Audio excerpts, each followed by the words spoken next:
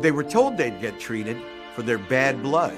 Instead, hundreds of poor black men became participants unknowingly in a shocking and truly shameful chapter of American medical history. In 1932, the United States Public Health Service launched an unethical research project to examine the effects of untreated syphilis. The project was called the Tuskegee Study because it recruited 600 black men living in Tuskegee, Alabama. Researchers told the men that they were being treated for bad blood, a term used locally to describe anything from fatigue to anemia. They promised the men free medical treatment if they participated.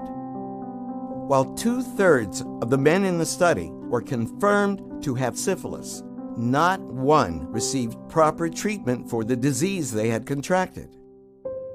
So this was a study in which there was no consent on the part of those who were being studied, also deception on the part of the U.S. government. When penicillin became the recommended treatment for syphilis in the 1940s, Tuskegee researchers scandalously withheld the drug from the men in the study so that they could continue to chart the course of the disease when untreated. Many patients experienced damage to their vital organs and nervous systems, and for some, the lack of treatment led to death.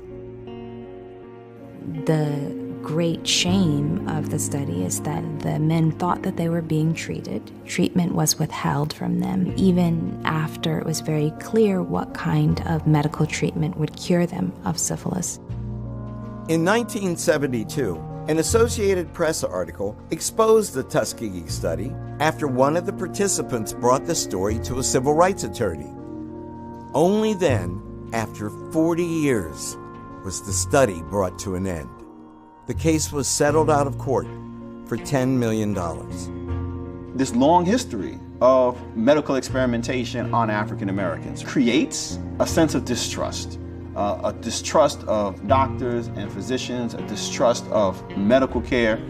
In 1997, President Bill Clinton formally apologized to the victims of the study. The president's apology was a welcome first step, but we still have a long way to go before the legacy of mistrust of science within the black community is fully overcome.